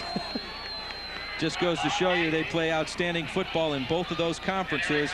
CVC with a couple of teams in the extra show, and then the Southwest with 3 teams, Avon Lake, Olmsted Falls, and the Amherst Comets. Here's the kickoff. running down on the field. Picked up by Conroy. And level fumble. It looks like Amherst has got it. That's Radman. Stunning play. 5'11", 170-pounder, the senior, the leading tackler on this football team, caused one fumble previous to tonight. Here's the second one, and this could prove to be the biggest of the year. You see, I think the defender, whoever causes it, gets a hat on the football. Number 85 is the guy, Serfozo, causes the fumble. Radman picks it up.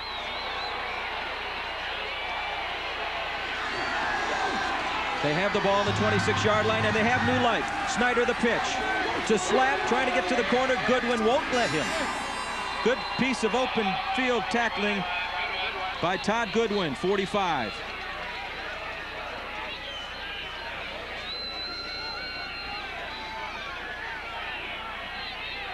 He has come up with big plays all year long. We're talking about Mike Radman, one of the Radman twins on this football team. And that was a huge play he came up with, recovering the fumble. 21-6 the score. Chardon leading. 4:33 to go, third quarter. It's 2nd and 9 for Amherst. And the pitch to Slat. Stopped by Scott Platts, who's been all over the field tonight for the Chardon Hilltoppers. Very adept at moving on the snow-covered surface. Very sure-footed and just doing an outstanding job as Ricky Schneider comes to the sideline to get some encouragement from the coaching staff. Schneider, 87 of 139 going into tonight. 62% of his passes completed. Just an outstanding quarterback. You see some of the Comet faithful saying, come on, guys, you're down, but you're not out, so continue along the comeback trail here tonight. Third down, they fake into Duchot. He's looking, over the middle, intercepted. That's Tim Michael, sideline, still on his feet, still to the open field. He might go all the way.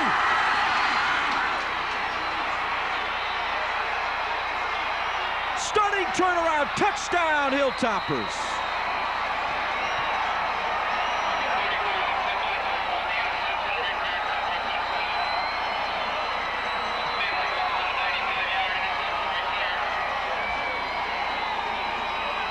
Man, I'm not exactly sure where he picked up that ball. May have been the 15. 85-yard interception return.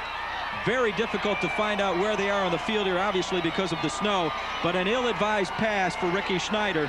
Well, once again, Schneider, as you said a couple of times tonight, threw off foot, didn't get enough steam on the ball. He actually went 95 yards on the interception return. I think he was at the 5-yard line when he made the pick.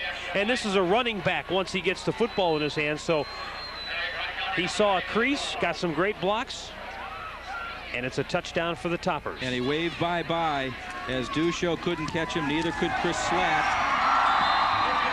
It looked like the kicker was knocked down, but I believe he was blocked into the kicker, so they'll count that. And then obviously the answer, the touchdown right there.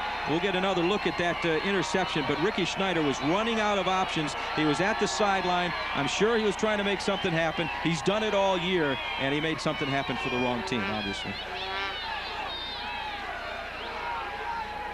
Let's take one more look at it again. He's kind of slipping, sliding off his back foot, and he's hit as he throws, making matters worse. And you're right, that's a 95-yard return.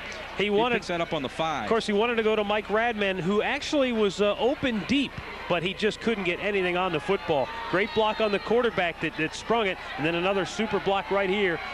Number 45, Todd Goodwin, opens up the door, and Michael sprints through it to daylight. Touchdown.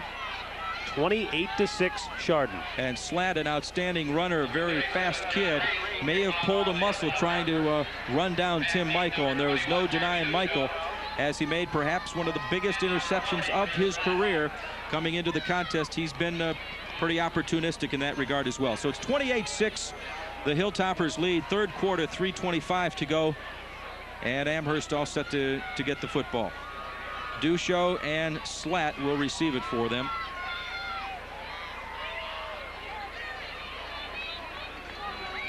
Mother Nature very cruel tonight to the passing game. almost impossible to get the timing and the patterns to sync up correctly. And it has been very costly for the Comets of Amherst Steele, because you're talking about a team that was very balanced coming into this game. I mean, they could throw it or run it either way. And when you really take away one of your major aspects of your offense, it's going to hurt. Difficult time coming away with a football right there. Brandon Burns, it goes out of bounds, so Amherst will take over. And you saw the graphic just a few moments ago. At the conclusion of tonight's game, we will play for you those outstanding halftime band shows. Both schools are represented, and both schools have excellent bands, so we'll be able to hear that right after the broadcast of the football game. Right now, Chardon leading 28-6, and Amherst with the football.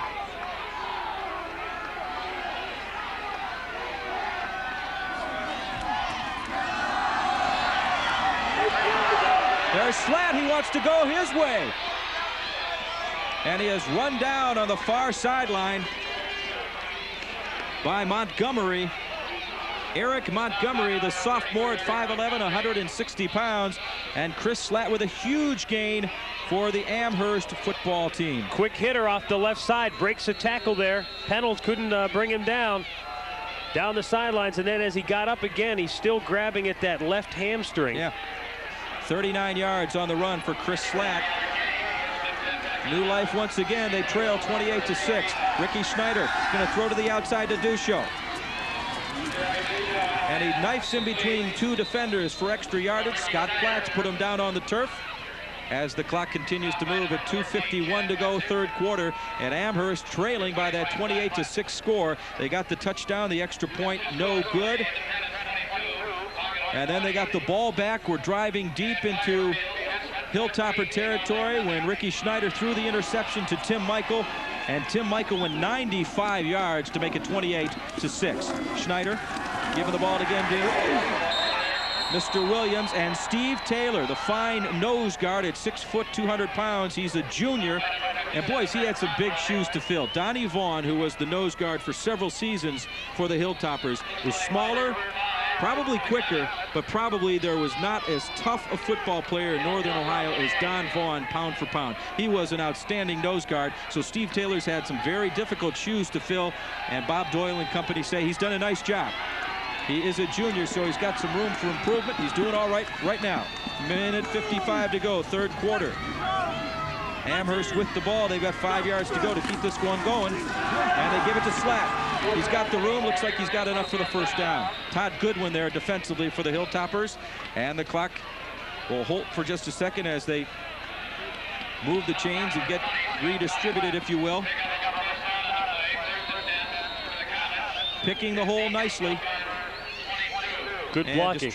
Exactly. Great blocking by the big guys up front, like Adamson, the offensive center. He's only 5'10", 185 pounds, along with those huge guys to the right and left of him. They do a nice job. Once again, it's Slat. This time, he stood up and brought down. There was Goodwin again and Scott Platts.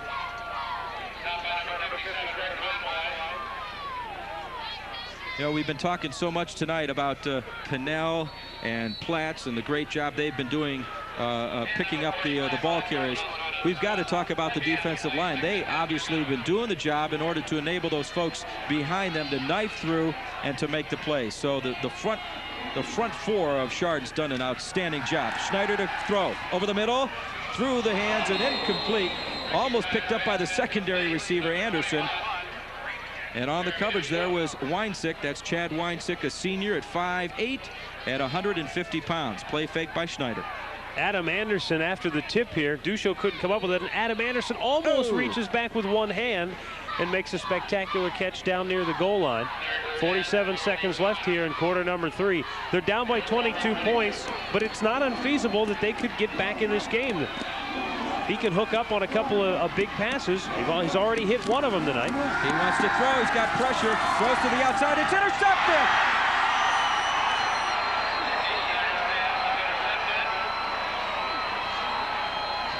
Looked like Rick Conroy.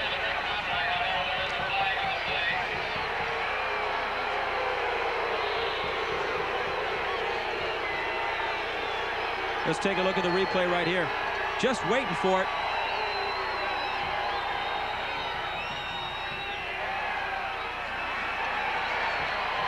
Again, Rick Conroy reads it all the way. When he sees the back release, he reads screen, he goes over to where the back is, and then it's sort of a lobbed pass, so he's just playing center field. Personal foul at the end of that play called on Amherst, and so they're going to tack on 15 yards after the end of the interception. Unsportsmanlike conduct, a penalty call, and you see head coach Jeff Risen taking Chris Slatt aside and giving him an earful.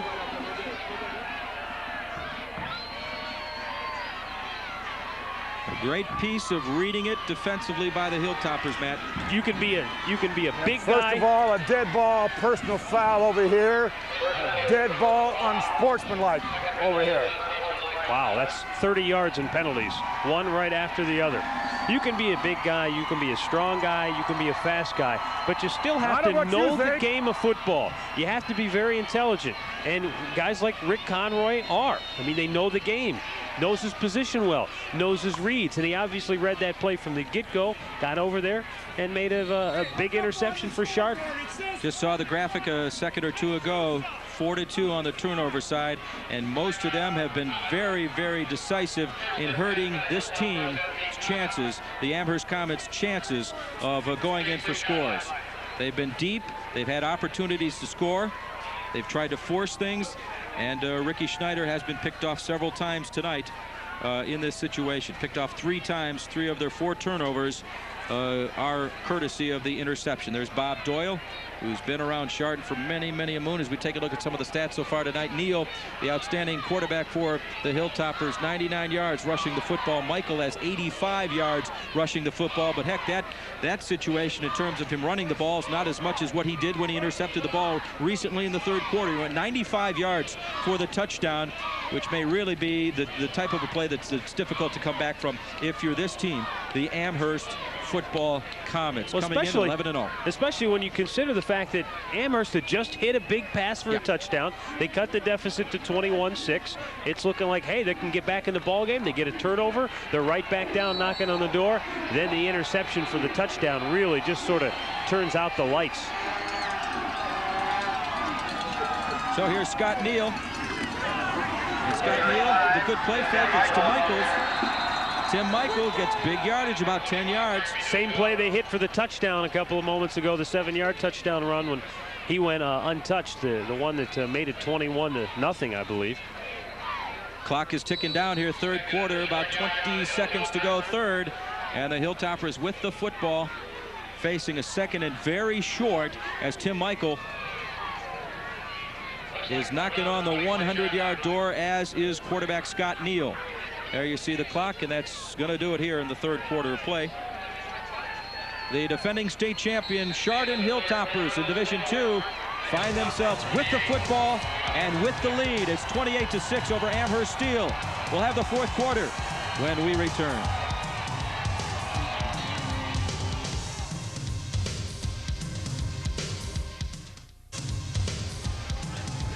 Welcome back to the 4th quarter. 12 minutes of football. Are they all that is left of the season for the Amherst football Comets? They come into tonight 11-0.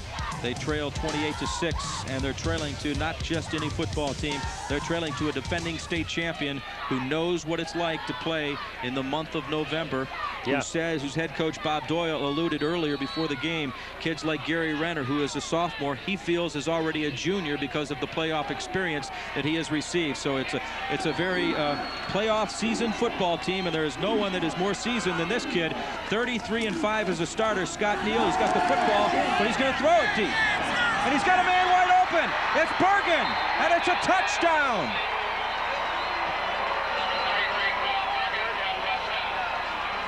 Kyle Bergen, who has 9 interceptions on the year, is very good at picking up the football on the other side of the ball as well. Kyle Bergen is legally blind in one eye. Great football story here. He got deep, made the catch, went into the end zone. He led Northeastern Ohio in interceptions. We talked about that at the Open, the fact he had 9 this year. That was Tops in the area. Boy, he's just wide open there. Nice play fake on Scott Neal's part. That's pretty much par for the course for him. He's just outstanding in that regard. And they lead by a 34-6 count, Matt, as they try for the point after here. Let's take one more look at the touchdown. Neal sets up. Nice tight spiral into a tough wind and a lot of snow. Bergen just gathers it in and trots across the goal line for a 25-yard touchdown reception. They have needed just 2 passes tonight. They're 1 of 2, 1 for a score. What you just saw, the 25-yarder. And here comes Mackar to try for the point after.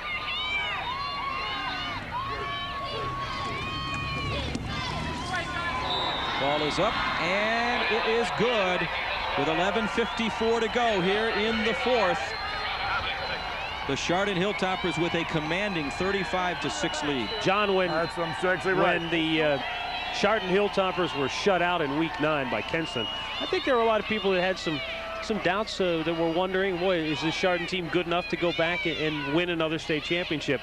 But this is a very, very impressive win tonight over an excellent team in Amherst. And add that to the field conditions and just the situation that they've had to endure here tonight. You're talking about a team that looks very focused on going back and winning a state championship. This will be the 3rd straight year now that they will have advanced to the state semifinals. Very quick scoring drive of the big play, the 25-yard touchdown catch by Kyle Bergen. It just took 46 seconds to put on another score, and they lead 35-6 over Amherst. And Amherst looking at the opportunity, I shouldn't say the opportunity, but perhaps the distinction of losing their first and only contest of this year. Coming into tonight, 11-0, champions of the Southwest Conference, a conference that put 3 teams in the football playoffs. And then now just Chardon has been outstanding, and these are the conditions that they are used to. In fact, before the game, Bob Doyle was saying, well, we didn't expect it to snow. In fact, he says he has a brother in this area, in the Lakewood area, and his brother said it was gorgeous throughout most of the day, which it was. But then at around 5:30, 6 o'clock, it turned, and he said, this snow, well, this is what we have in Chardon all the time. They've got about 8 inches on the ground right now in the snow country. Here comes Williams, straight up the middle.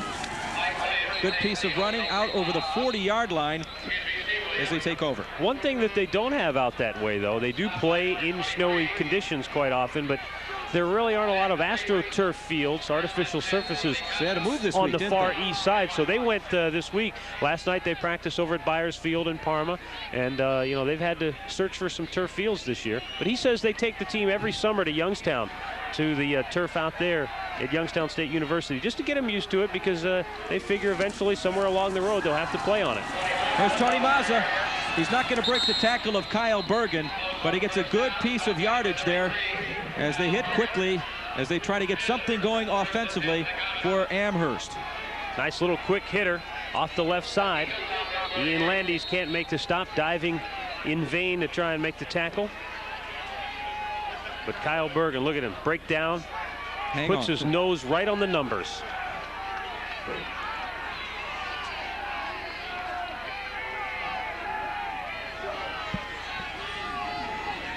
Schneider with a long count. Schneider giving it to Williams, and Williams knocked down by several, including Mike Pinnell, the 5'9", 165-pound senior linebacker. Scott Platts there. Scott Platts must already at this point have been in on at least 20 tackles. Well, I talked about him at the beginning of the game because I figured we'd be calling his name a lot tonight. So I wanted you to be familiar with him right off the top. He is all over the field. He lines up in different positions. He'll rush the quarterback from his linebacking position. As I said, he disguises blitzes very well. Excellent in pass coverage, but the way he pursues the run is tremendous. Schneider to throw off his back foot, and it's knocked down. Incomplete. There again, Platts was in coverage on Tony Mazza. He had him right out of the backfield. Schneider, how many times has he thrown the ball so far tonight? 4 of 15, 88 yards total. He has thrown 3 interceptions, very uncharacteristic. And I believe coming into tonight, 16 touchdown passes, 8 picks. Exactly, 3 a 2-to-1 interceptions ratio. tonight. And almost all of his 15 passes tonight have been off the back foot. I mean, he's been trotting backwards and trying to throw at the same time, and that's difficult. There he had his feet planted, and he gets it to Tony Mazza. And Mazza's going to be run out of bounds. And a little wrestling going on at that side of the field as well. Mr. Platts. Sometimes you wonder if there are two guys out there with number 20 running around in white jerseys. I think we ought to just say, if anyone else other than Platts makes the tackle, we ought to mention their name. This is just an outstanding football player. And when you look at the size, 6'2", 195 pounds, very tough. And he's got great quickness, and he's so sure-footed, especially tonight where the conditions are very difficult. He just looks like he's playing at a different speed than everybody else. Radman comes over to this side.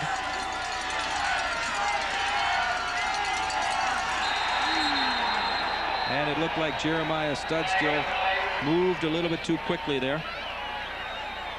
He is the senior. He's a second-teamer, all Southwest Conference. Oh, that's too bad, because at 4th and less than a yard, you figure you can pick up the first down. Now you make it 4th and almost 6.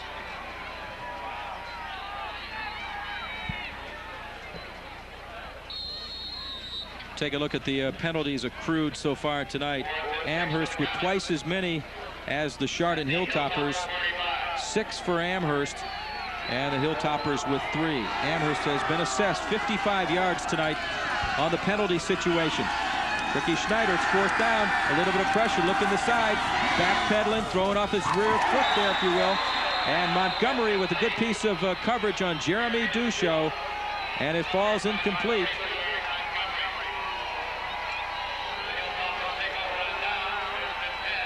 Good job of just reading. And boy, he does have that sidearm delivery at times, especially in cases where he's backpedaling like that. Now 9:04 to go. 35-6 Chardon. And Chardon takes over the football. They're just going to want to keep that clock moving and keep things interesting. They split a man out down here. That's Kyle Bergen. Tim Michael. Outside, Duchot, good hit, knocks him out of bounds. Best hit of the night. What a great kick-out block to start that play, though, by number 73, Rob Conroy. Watch 73 in white. Kicks out number 25, Radman, and it opens it up for Michael, and then a good stick there by Jeremy Duchot to knock the man out of bounds. They run to the right side quite a bit, and it's no surprise when you have a right guard like Rob Conroy. He's all CVC, 6-footer and 250 pounds.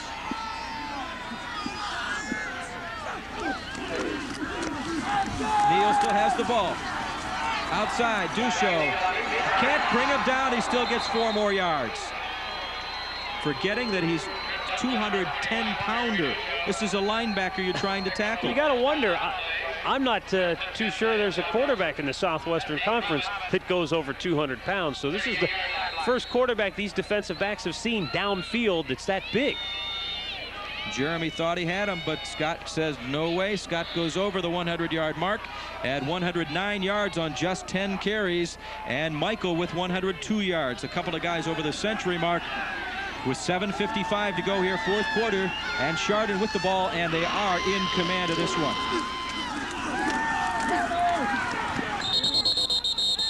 Good play fake to Gary Renner. But he gives the ball instead to Bob Conroy, the cousin of the Conroy twins. Conroy, a senior at 5'8", 155 pounds. And the clock continues to move here. This is a squad that averaged well over 200 yards a game running the football, and they're right there again tonight. So they have come in here. Yards, yeah, they have come in here and done exactly what they wanted to do. They're looking like around 230 yards so far. Here's Tim Michael. He's very good at getting to the outside. Stays on his feet, met by a lot of people, including the big guy, George Harris, number 78 there defensively for Amherst. Once again, good job by the guys up front. And Michael does a nice job of waiting for the play to develop in front of him. Got to weave his way through some of those good blocks. Nick Serfazzo coming up to make the stop. Clock continues to move. 6:40 to go here in the fourth quarter. And Chardon leading big, 35-6. They have forced 4 turnovers on the part of Ricky Schneider and the Amherst offense. And they've had huge plays all along. Neal with the ball, continues to the left side. Neal down the sidelines.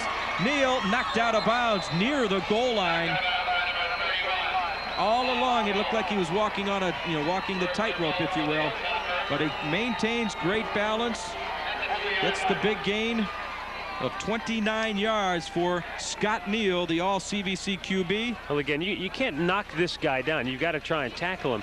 And a couple of shots there. Dusho gets a hand on him, but, one hand is not going to do it. You've really got to wrap this guy up or push him out of bounds. Get him right up against the sideline there and push him out of bounds. Give you an idea of just how much Chardon loves to run the football. Ricky Schneider has completed 28 more passes than Chardon has attempted this year as a team. Neal gives the ball to Tim Michael, and they made it look very easy on that possession. Follows the big guy, Conroy, up the middle, and it's a convoy for another points. More points for them. They tack on 6 more, and they continue along leading 41-6. Last week, they put up more than 40 points on the board. Well, on a night like this, I would have never dreamed they would ring up 41, almost, if the extra point is good, 42 points. But we have had the opportunity 2 weeks in a row now to do these playoff games, and we appreciate folks tuning in and watching the broadcast and the great job by the crews in different situations. Last week it was raining like crazy. Tonight snowing so much, and our crews have really braved the elements to do an outstanding job. Both weeks turnovers really played a huge part. Last week Avon Lake and their 7 turnovers. Avon Lake and their victory picked up were courtesy of 7 turnovers, if you will. And then this time around, Chardon forces 4 turnovers. PAT is going to make it 42-6. So we have just seen a whole bunch of turnovers, and in this second round of the playoffs, you should not have situations where you're picking up that much offense courtesy of the turnovers. As you look at us here in broadcast row, if you will, one of the drier ones of the bunch here. And of course, Lakewood Stadium. Next week, the Division I state semifinals. We'll have that for you right here on WVIZ. You'll want to remember that's on Saturday night next week. Division I plays on Saturdays, so that will be a 7 o'clock start, if I recall. And hopefully, if Brunswick wins, it'll be Brunswick against the winner of either Lakewood or St. Ignatius, the winner of that game. That game tomorrow night at Byers Field, and Brunswick playing tonight out in Sandusky against Toledo. So if Brunswick can win, we'll have a nice Northeastern Ohio State semifinal game for you. That would be superb. And as you can see, as we were just talking about that situation, there is the graphic to set it home even further. The Division I state semifinal next week. And more than likely, obviously, if Brunswick does survive this week and plays the winner of and is alive next week, the state pairings would be such where they would not want to have 2 Cleveland schools possibly playing in a state championship game. That's why we think it will be the winner of Ignatius Lakewood against the winner of the football contest in Sandusky tomorrow night as well. That's the game involving Brunswick. Ball on the ground, picked up by Jeremy Dusho. Tries to stay on his feet, knocked down by Steve Taylor and company. So Amherst takes over with 6:05 to go here in the fourth quarter of play, and they trail 42-6 to the Chardon Hilltoppers. Ricky Schneider, 5 of 17 for 96 yards and 100. I should say he has been picked off 3 times tonight. Top receiver for him is Jeremy Dusho, who is the top receiver for Amherst this year. He's caught 3 passes for Ricky Schneider and company. Tony Mazza up the middle. Bergen's chasing. Mazza's dragged down by Kyle Bergen. And it looks like a face mask at the end of the play. The quick hitter, and Tony Mazza goes for big pay dirt there and picked up on the bottom end of the run there by Kyle Bergen. Have a face mask on the defense. First down. Boy, he just breaks this right up the middle, and then it's turn on the Jets and try to get to the goal line first. Bergen runs him down. He's just trying to grab at anything. It's not necessarily an intentional face mask. He's just trying to grab at anything to bring the runner down. He does get the hand in there, grabs part of the iron, so the tack on yardage at the end of the run. You know, I'm certainly Amherst head coach Jeff Risen is disappointed with the way this game has turned out. Mask over here. First down. And I'm sure he and his players will wonder what might have happened on a dry field had we been able to really get our passing game in gear. But when I talked to him before the game, he said, you know, snow or no snow, I'd rather be here and playing in 2 feet of snow than be back home thinking about what ifs and what could have been. That was a 40-yard run. Quick pass to the outside to Jeremy Duchot. Lowers his head. Whoop. Let go of the football. Goes out of bounds.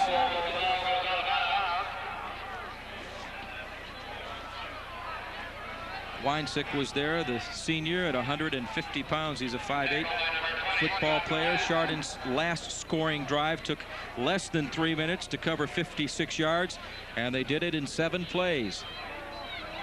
5:22 to go, fourth quarter.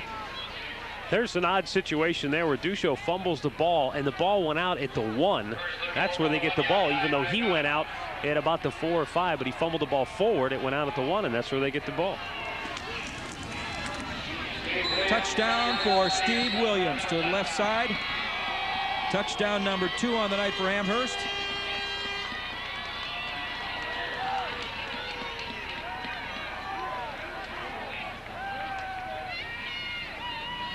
Recall their first touchdown on the evening. They were unable to get the extra point.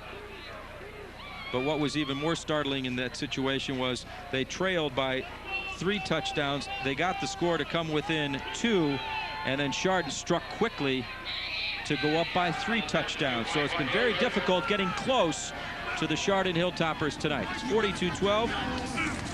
They're going to try for 2. Jeremy to throw. Looked like it was knocked down.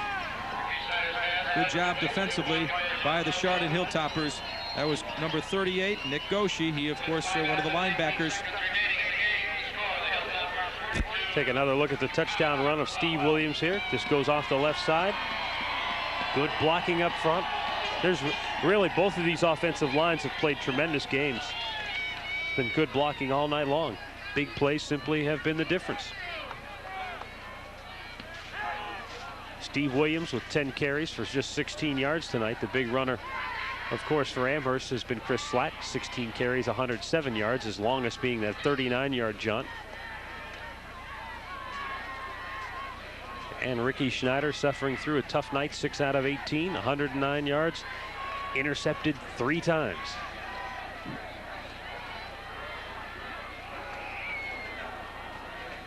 You know, it's a situation too for Amherst, John. I mean, you look at where they've come from this year. Many of their games were over by halftime. I mean, they really beat up on a lot of people this year. They only gave up more than 7 points twice all year. In the first game of the season, Cleveland South scored 14, but that was in a 61-14 romp. And then Westlake got 9 in a 39-9 Amherst win. They shut out 5 of their opponents, including Madison last week in the playoffs. 5:19 to go here, fourth quarter. Amherst all set to kick it off. Chardon leading 42-12. Here's the boot. It's a squibber, and it's on the ground. It could be Amherst ball. It is.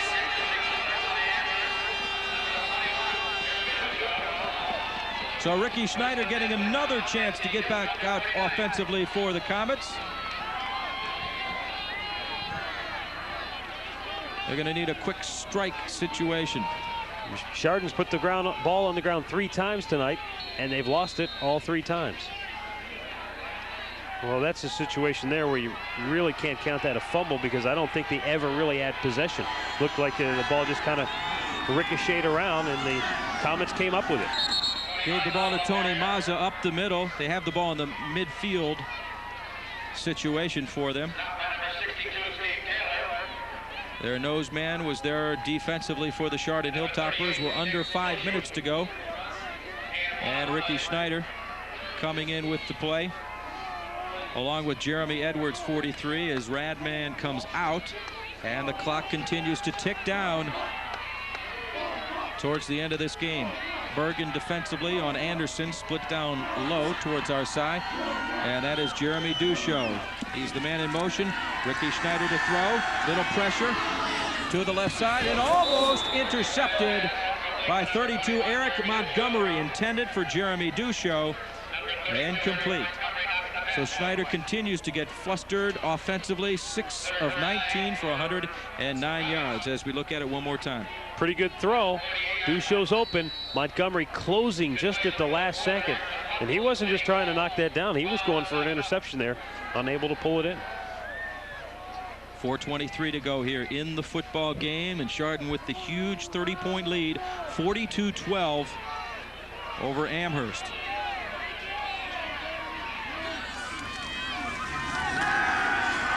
Ricky Schneider, a lot of room. Dragged down from behind by Mike Pennell, the 5'9", 165-pounder. He's a senior. Good piece of open field tackling by him. Schneider getting some good yardage offensively, and the clock continues. That's the play last week that they really crushed Madison with. Schneider fakes the handoff and then just sort of a rollout. He keeps it. He ran all over the field last week at Berea's Finney Stadium. There was a very rainy conditions last week. Of course, the footing was very solid last week. Compared to this. Compared to anything. Tim Michael, the missile coming up from the defensive secondary. Tony Mazza with the ball, 3:55 to go. And the clock continues to move along here as Amherst tries to see a few different individuals in there offensively for them. Try to get some more time, more experience, if you will.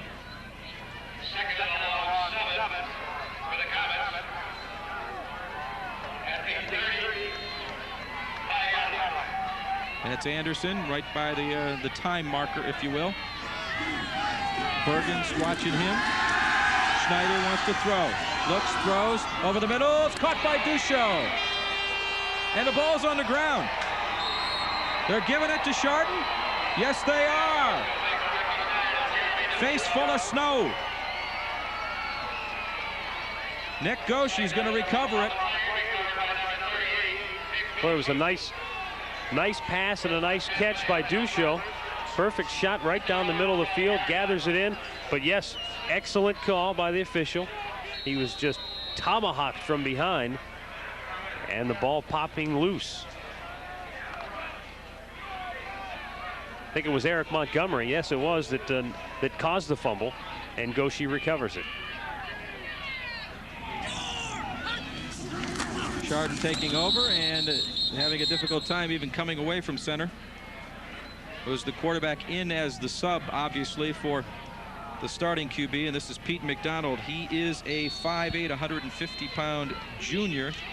McDonald trying to get the snap there. As you see some of the faithful for the Hilltoppers, they lead very big now by that 42-12 count, and we're under the 3-minute mark now at Lakewood Stadium, as the folks who have done a great job hosting the game could not have realized or even been able to ascertain that there would be this type of snow on the field so quickly before the game started. As you look ahead to next year for Amherst, the Comets will graduate all but one of their offensive starters. The only guy coming back next year for them, George Harris, that big left guard, 6'3", 255 pounds. And then defensively, they graduate just about everybody except Harris, who's a two-way starter. Tony Mazza will return next year. He's just a junior. And I think just one other underclassman starts on defense for the Comets. So this is a team that's going to ask a lot of players who have been toiling in the junior varsity ranks this year to step up and fill a lot of spots next year. Pete McDonald with nowhere to go. Radman, that's Chris Radman among those to meet him, along with Cervoso. You look at the size differential between Pete McDonald and Scott Neal, it's quite pronounced. This is only 150-pounder. He is a junior, and Neal's just huge, got great size at 210 pounds, and he made some huge plays tonight. Neal only needed to throw the ball twice this evening, 1 of 2, 25 yards and 1 score. There's the punt. It's short. Picked up by Sproul and nailed by Taylor and Platts. Once again, Platts with a big play. 56 seconds to go until that air horn officially is sounded. That's premature there by one of the fans. Boy, definitely want to take my hat off to our entire crew tonight. As you mentioned, the past 2 weeks, they've had to work under some really tough circumstances, braving the elements out there, but an excellent job, as always, by the WVIZ crew. That is the Brody cam. One of our outstanding shooters, one of our outstanding cameramen. He needs lots of help, this guy. You know, he was off to a touchdown right there, and Gary Menke, our director, should have just continued with the shot, because I think Brody had a touchdown in his own right. 55 seconds to go here in the football game, and Chardon winning big, 42-12 the score. Folks are starting to file out of Lakewood Stadium. Long drive for both of these. You know, in trying to get a neutral site, both of these communities had a pretty good drive to get to the ballpark. 55 minutes for Chardon to get here tonight. Right. Bob Doyle telling me before the game that it was actually quicker to get here than it was to go to Parma, to Byers Field. I believe that was 42 Fester, Ken Fester with the carry, as they're bringing in lots of folks, giving them the opportunity to play in a playoff game, and that's very meaningful. And there's Bob Doyle, finds his team for the second year in a row in the state semifinals. 17 years the head coach at Chardon. 3 years in a row. Were they 2 years ago in the semis? 3 years. Lost in the semifinals. Yeah, 3 straight years now to the state semifinals. And of course, last year they won the state championship. And there is your final play, and it's over. 262 yards on the ground, just about 20 yards shy of their average per game. So a great game offensively for the Hilltoppers of Chardon. Amherst 165 yards through the ground. 3 interceptions, very costly for Ricky Schneider. And Scott Neal only needed to throw the ball twice tonight. They had 2 passes, 1 completion for 25 yards. That was for a score. So the Hilltoppers with nearly 300 yards of total offense, and they were very, very difficult to beat tonight. What I'll always remember about this game tonight, Scott Neal, of course, running the football, really set the tone for Chardon early on. And then Tim Michael coming up with the interception when the score was 20-6, and Amherst was moving towards another touchdown. If they'd have scored there, of course, you cut it to a 1-touchdown lead. But Michael comes up with the interception. He runs 95 yards for a touchdown and basically ended the game. Well, Matt, once again, our final score, the defending state champions in Division II, the Chardon Hilltoppers 42 and Amherst Comets 12. At this time, we'll take you back to the halftime festivities at Lakewood Stadium and the Chardon Highs marching band.